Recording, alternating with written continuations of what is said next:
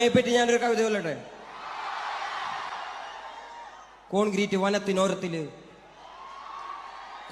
വനത്തിനോരത്തില് നവീന അടിമകൾ വാഴും നരകം പോലൊരു ഇടത്തില് എന്നെ പെറ്റല്ലോ കല്ലുപോലൊരുത്തി, അവളെ ജാഫ്നയിൽ നിന്നാരോ തുരത്തി, അവളിൻ ഉദരത്തിൽ നിന്നും ഉരുവെടുത്തത് പരുത്തിയല്ലോ എരിക്കും തീ. വിരൽ പിടിച്ചൊന്നും നടത്തിയില്ലല്ലോ എന്നെ തെരുവിൽ തനിയെ നിർത്തി.